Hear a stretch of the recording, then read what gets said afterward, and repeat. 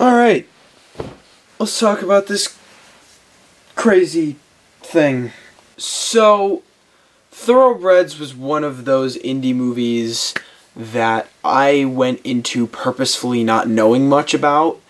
I like, more often than not, going into films knowing as little as possible. I've been getting more into the swing of trying to stay away from trailers for certain films and trying to stay away from excessive plot points, and at least like second trailers I'll try and stray away from. But this was a movie I went into and really knew the bare minimum about. There are certain films where I'll try and do that, like The Lobster. I remember I went into knowing little to nothing about. With this one, I knew Anya Taylor-Johnson was, or something, Split Girl was in it. Paul Sparks, I think is his name, from House of Cards is in it. I knew Anton Yelchin was in it. And I knew it was a directorial debut. And I think that's all I knew about this movie. So if you've seen it, you can imagine the feeling I was left with as the movie ended. It was much different than I thought, considering I thought horses were going to play a pretty large part into this movie. Just an educated guess. And sure it does, but it ain't the main plot. And it's very different from what I expected it was going to be. Now with that said, I think this is a great movie. I would not call this movie anything less. Great would definitely be the word I would use to describe it to anyone who wants to see this movie. I would absolutely recommend it to everyone. I think it's a unique and kind of a fresh film in terms of storytelling, and it does a lot to be desired by many filmmakers that I think are looking to do things like this. And it reminded me a lot of Get Out in terms of vibe, which I'll talk about in a little bit. But just to kick things off, I would absolutely recommend this movie to you, and I'm going to try and say as little as possible about the plot, so that you're just as shocked about everything as I was. I haven't watched the trailer yet, but I'm fascinated to see how the trailer is cut together, because I would imagine with a movie like this they'd want to show not much, because shit just goes down like no other. But there's a lot that really plays into this movie's favor. One of the things I noticed right from the get-go is the performances. The movie is very well cast. All of these actors stop being actors. I never saw the girl from Split. I never saw the journalist from House of Cards. I sure as shit never saw Chekhov. And then I don't know the main girl. I don't know what she's from. I know her name, and it's eluding me right now, but I've seen her before. But all of these performers melded into their characters so well. Part of it is because they're so well cast, and the other part of it is because they're so dedicated to these performances. They can deliver lines very well. They have great chemistry with one another. And when they're not supposed to have chemistry, you can feel sort of the awkward tension between certain characters.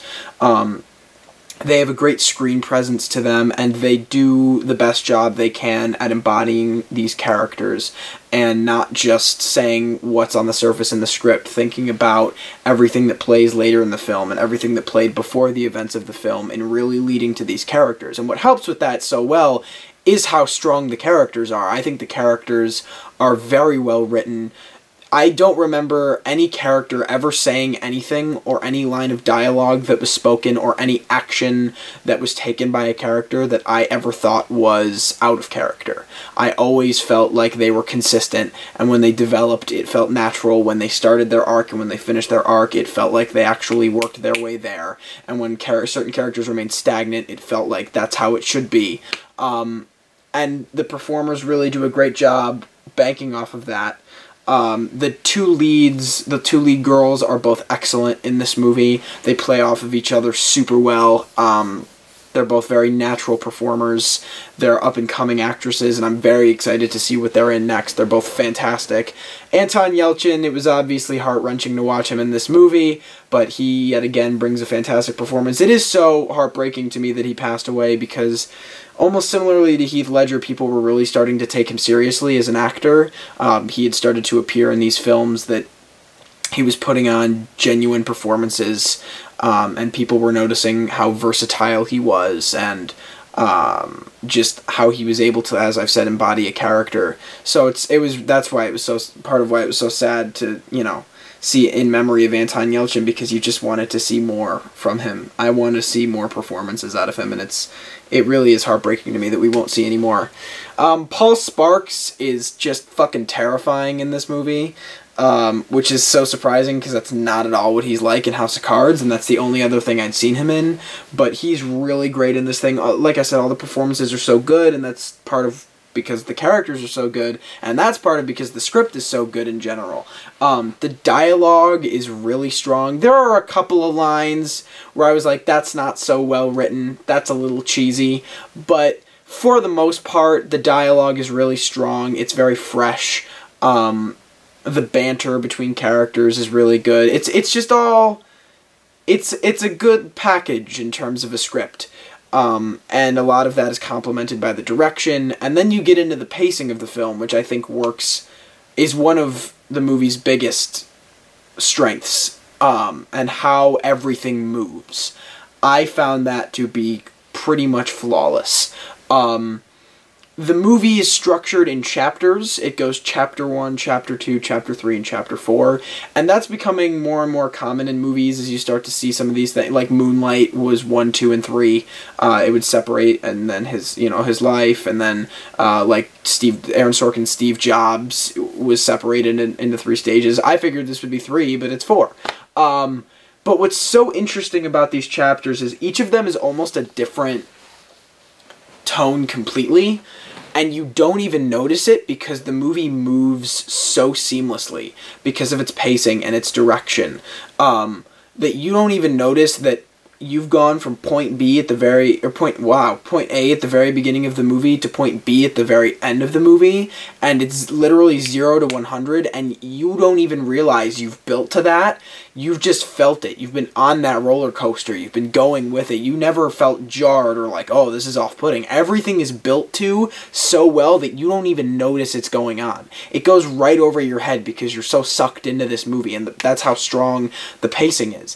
The beginning of this movie is unbelievably different from the ending of this movie. It almost feels like a whole different thing happened in the middle, but it didn't. It just builds so well that when you get to the end of this film, you're left with this amazing payoff that part of you doesn't even realize was going on. It's so encapsulating that you almost miss that. That's so fascinating to me, and I think that's awesome if a filmmaker is able to pull that off. And I think the chapter structure really helps with that. It's one of the first times I've seen a chapter structure do it like that, as opposed to, different stages or in a person's life or whatever, and I think it works really well in this movie's favor, and I'm really glad they decided to do that.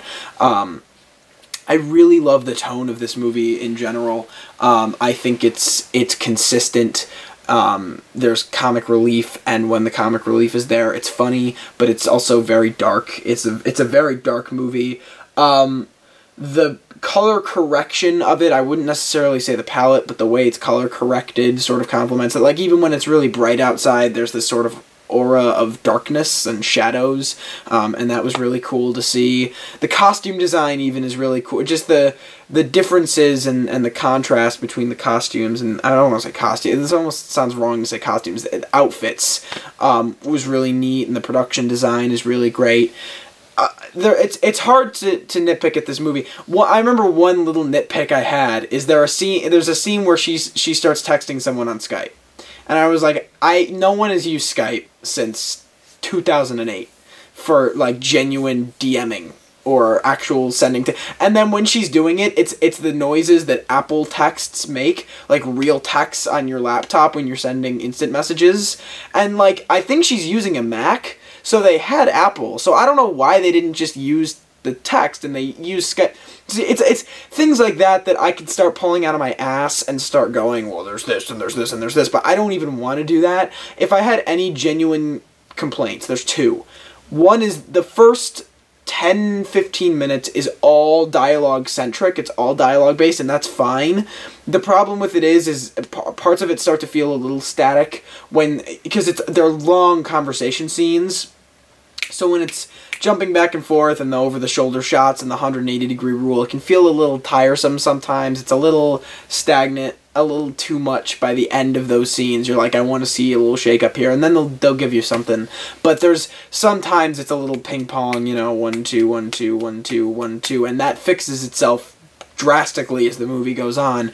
But if I had to pinpoint a specific area in the film where that's happening, it's definitely towards the beginning. And then the end, I thought could have there's part of it that could have been cut, in my opinion. There's a little chunk of fat on this movie that I was like, yeah, I don't know if it was necessary. I think there was a cooler place they could have ended it, and it would have left the audience kind of just with this more feeling in their head as they walked out. But it almost feels the need to tie the bow for you, and I don't really think it needed to do that. I think there's a certain element of this film that could have been left to your interpretation, I guess. But it's still fine. The ending isn't bad. I just think there was a better way to end it. If I had to give it a number ranking, I'd be between an 8 or a 9 out of 10. I'd like to see how it sits with me. I'm leaning more towards an 8 right now, but I would absolutely recommend this movie to you. Like I said, it reminded me a lot of Get Out in terms of the vibe and just being very uneasy and unnatural, and there's a lot of like this going on, like, oh shit, there's a lot of that, and I really love that when it comes to movies. I think that kind of stuff is awesome. So yeah, I would definitely recommend this movie. If you've seen it, let me know what you think in the comments below, if you enjoyed it, if you disliked it, if you agree with me, if you disagree with me, or you think I didn't say something that you would have said. I wanted to give my first impressions of this movie. I just saw it. I think that I had a lot to say about it, and I didn't want to lose any of it. So anyway, thank you guys so much for watching. I hope you enjoyed, and if you did, leave a like, comment, subscribe. I do hope you enjoyed, and I'll see you all next time.